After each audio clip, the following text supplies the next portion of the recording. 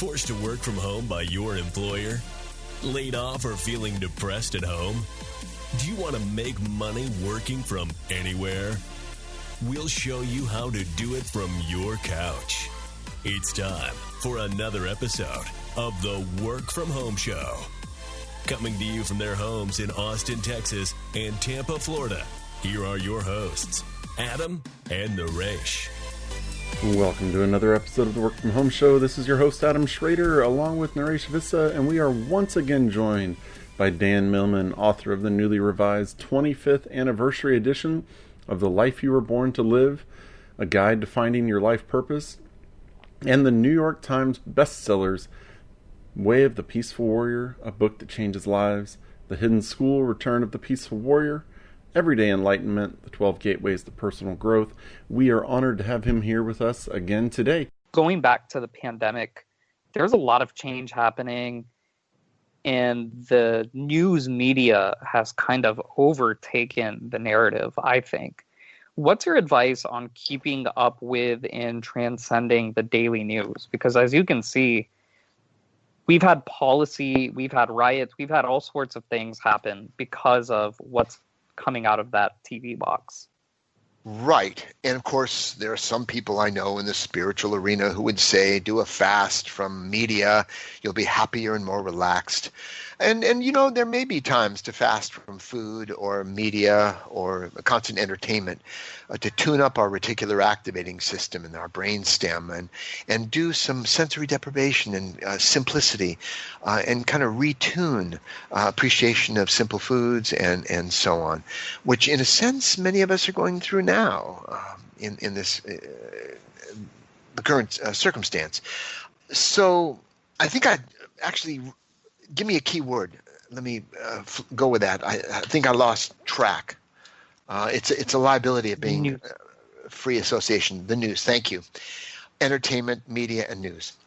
There are people who've told me, even before the pandemic happened, life is so violent. There's so much violence, and I go, well, look out your window. Do you see any violence? No, I see some birds flying past and a tree blowing in the wind.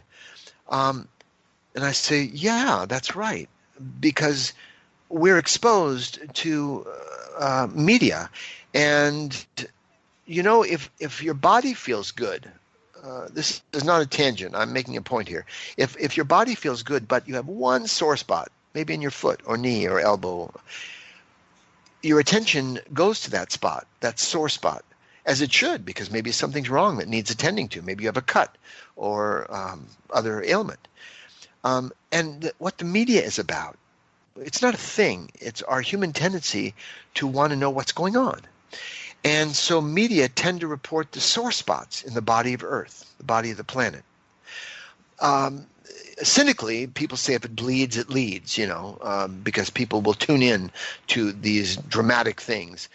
But that's, I think, a bit cynical. I think the media is here to keep us informed. They just tend to inform us of the trouble spots, the sore spots that need attention in the world. But if that's all we pay attention to, well, that can be debilitating. There's an old Serbian proverb, 2 men looked out of prison bars. One saw mud and the other saw stars. Both mud and stars exist in our lives. But we don't want to only stare down at the mud, or we don't want to deny the mud, or we'll end up stepping in it and just looking up at the stars. We both exist, but where do we want to put a lot of our attention? So it's good to stay informed, but there are efficient ways to do that without becoming addicted to constantly changing. It's like weighing ourselves every 2 hours. What's the point? So, maybe we want to check media at a certain point in the day to see what's going on, and not immerse ourselves in it. And it can impact our view of life that has nothing to do with our immediate circumstances and surroundings. So it's good to take a look out the window, go for a walk, and remember this is my life right now, my immediate life, and not get too wrapped up in everything happening all over the planet. Yeah, no, you mentioned the anxiety thing, and that to me is big. I know I know some people who have younger children who their children are kind of feeling and feeding off of their anxiety in the world, especially as, their schools were shut down. They don't know what's going on with that. There's a lot going on that they just don't know how to process. How can we help ourselves help our children during this time? Well, sometimes I'm asked, how can we raise enlightened children? I say, well, be an enlightened parent. Alden Nolan once said, children have never been very good at listening to what their parents tell them, but they never fail to imitate them. As you referred to, Adam, how the parents' anxiety, the kids pick up on it. There's no way they miss it, even if we think they do. Albert Schweitzer said, in influencing other people, example is not the main thing. It's the only thing. So the key here is not to try to impact our children's emotions, but to focus on our behavior, get ourselves together maybe I should mention an incident that happened to me once. I had just given a talk on a college campus, and a young man came up to me and said, Dan, I've read your work, and I know you do personal consultations sometimes, but you probably charge a lot of money for your time. And he said, what can you tell a poor college student for $1? And he smiled, and we laughed, and he handed me his $1.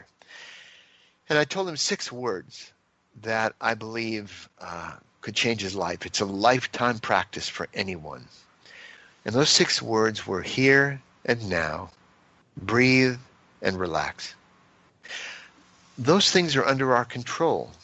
By pulling our attention back to what's in front of us right now, rather than get scattered through the media or past and future, is to focus. We can usually handle this present moment, and then the next present moment, and then the next.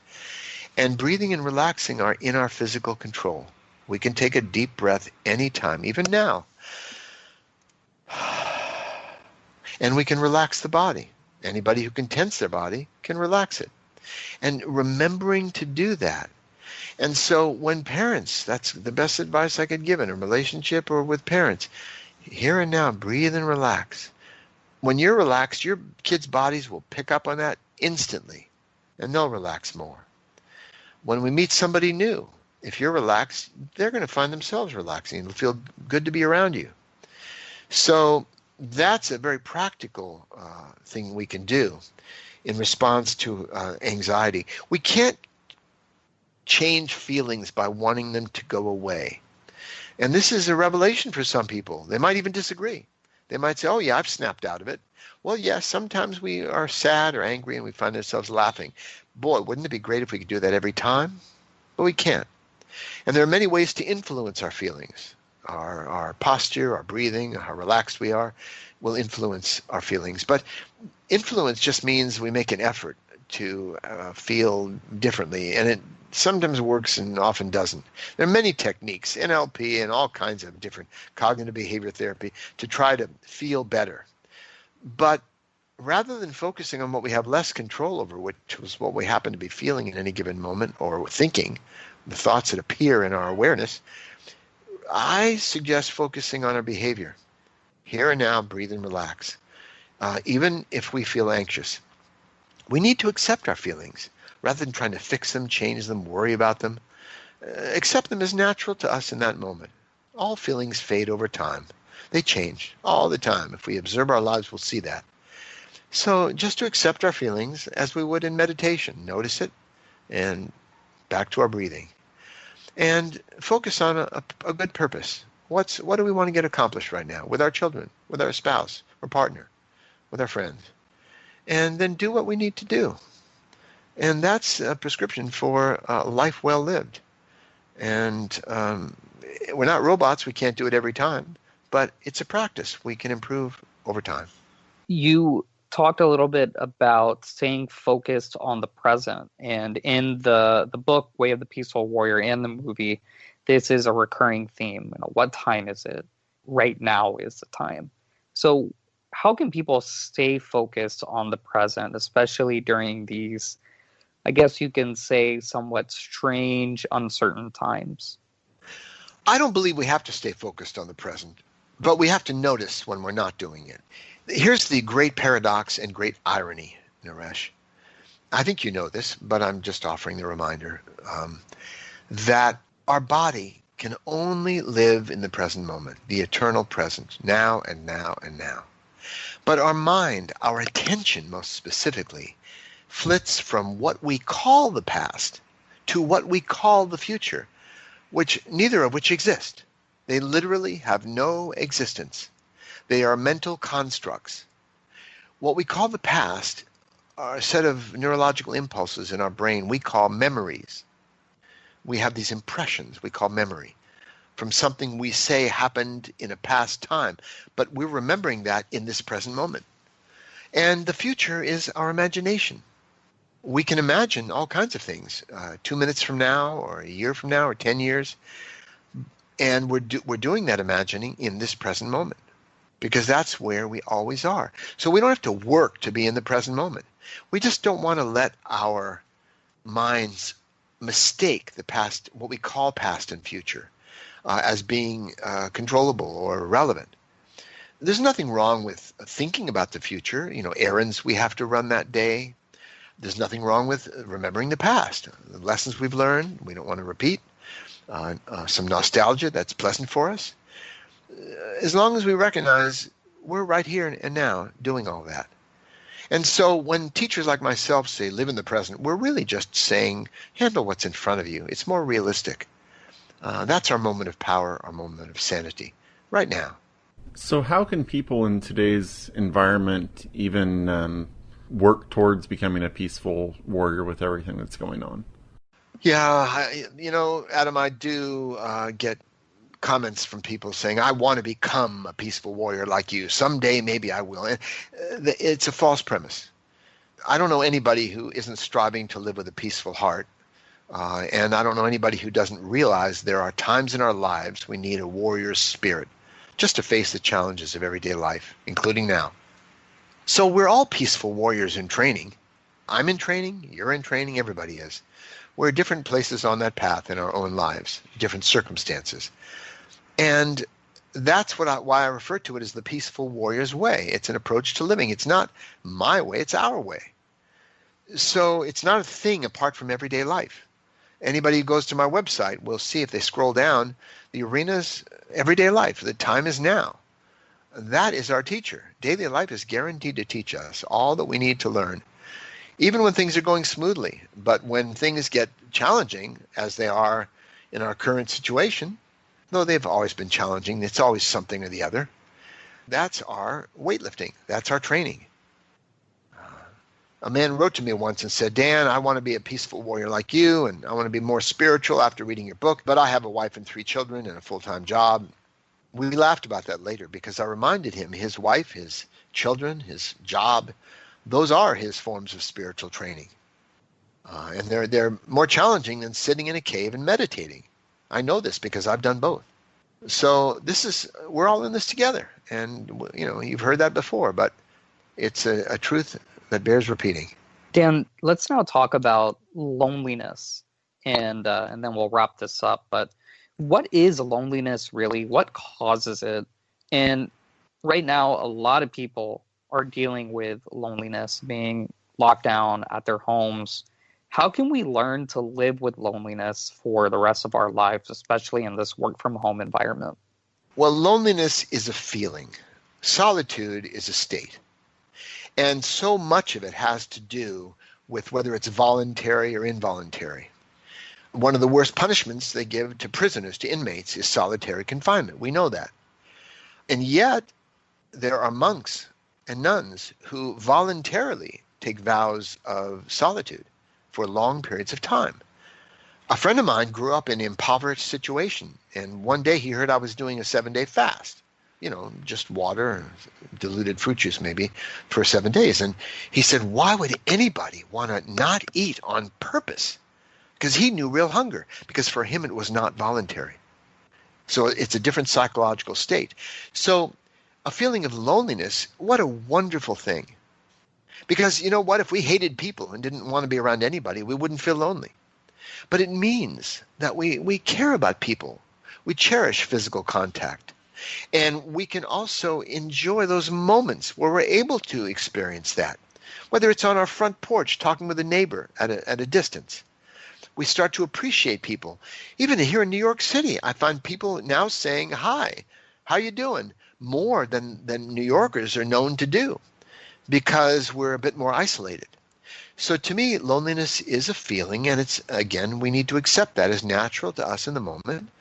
But we don't have to indulge it. We can make some kind of contact with people, whether it's on screen or by phone or out on our porch, backyard, talking with someone at a distance, walking down the street. So that's how I would say we can take steps to address that. Every emotional charge, every feeling has information.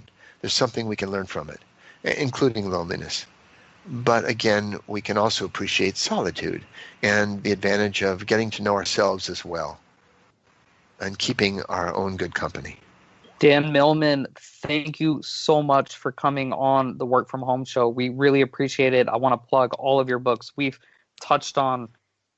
think we've touched on every single one of them. So let's start with your most famous popular one, The Way of the Peaceful Warrior, a book that changes lives. It was also turned into a movie, and all these books are available on Amazon, by the way. So highly recommend that book. Then there's also The Life You Were Born to Live, The Guide to Finding Your Life Purpose. We did an entire episode on this. Then also The Hidden School, Return of the Peaceful Warrior. Excellent book. Then the next book you wrote, Everyday Enlightenment, The 12 Gateways to Personal Growth. Then also best-selling author of The 4 Purposes of Life, Finding Meaning and Direction in a Changing World. Also did an entire episode on this book. And then finally, The Creative Compass, Writing Your Way from Inspiration to Publication. You're former director of gymnastics at Stanford University, former professional gymnast, like I mentioned, #1 multiple New York Times bestselling author. Your website, peacefulwarrior.com. That's peacefulwarrior.com. Dan, any final thoughts or anything else you want to pitch? I would just say, as parting words, there are the bad news is there are no keys to the universe, but the good news is somebody left it unlocked. And if we can just come to trust the process of our life unfolding as if we designed it, I think our lives might flow better, that it's all voluntary. Agreed. So once again, Dan Millman, greatly appreciate your time. For all those who want to reach out to Dan, peacefulwarrior.com, or visit our website, workfromhomeshow.com. You can reach out to us through our website, ask us any questions you want us to relay over to Dan, and we'll be sure that he gets it and we'll respond back to you. So we thank all our listeners for once again listening to us, all our homies. Thanks for sticking with us. If you have any questions, hello@workfromhomeshow.com, hello@workfromhomeshow.com. And we hope this has been a very, very fruitful, worthwhile series of episodes with Dan Millman. I know I was taking notes from beginning to end, and I'm looking to implement a lot of these spiritual, philosophical concepts into my own work-from-home lifestyle. So until next time, keep on working from home.